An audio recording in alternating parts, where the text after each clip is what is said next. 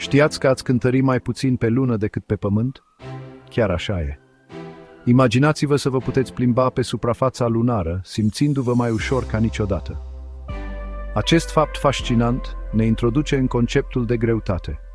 Nu este vorba doar despre cât de greu se simte ceva, ci despre forța gravitațională care acționează asupra acelui lucru. Gândiți-vă, simțim greutatea pentru că Pământul ne trage spre centrul său. Dar ce se întâmplă când ne schimbăm locația în vastul univers? Se schimbă și greutatea noastră? Răspunsul este un da hotărât. Înainte de a călători mai departe, hai să facem diferența între doi termeni importanți: masa și greutatea. Masa reprezintă cantitatea de materie dintr-un obiect. E ca și cum am numărat toate particulele mici care te compun pe tine, o carte sau chiar o planetă gigantică.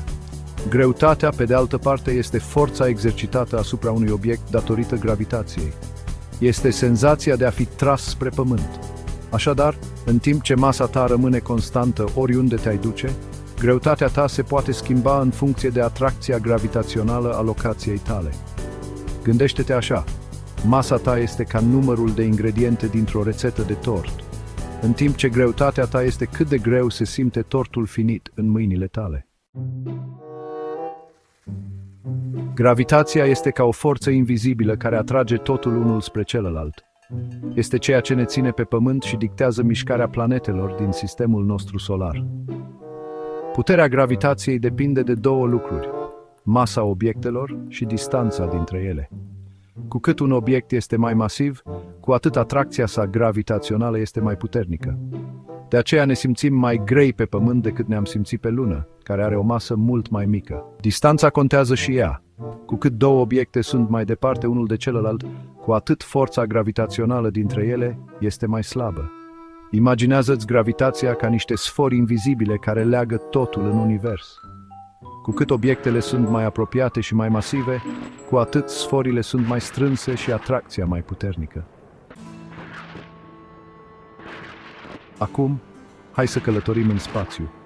Astronauții de la bordul Stației Spațiale Internaționale experimentează ceva cu adevărat uimitor: imponderabilitatea.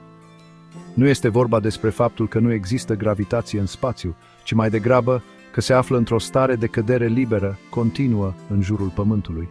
Deoarece cad cu aceeași viteză ca stația spațială, se simt imponderabili, ca și cum ar pluti în aer. Acest fenomen le permite să realizeze lucruri incredibile, cum ar fi să mute fără efort obiecte grele și să efectueze experimente într-un mediu cu microgravitație.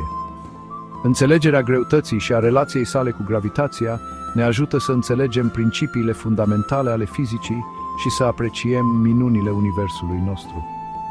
Așadar, continuați să vă puneți întrebări, continuați să explorați și nu încetați niciodată să fiți curioși în legătură cu lumea din jurul vostru.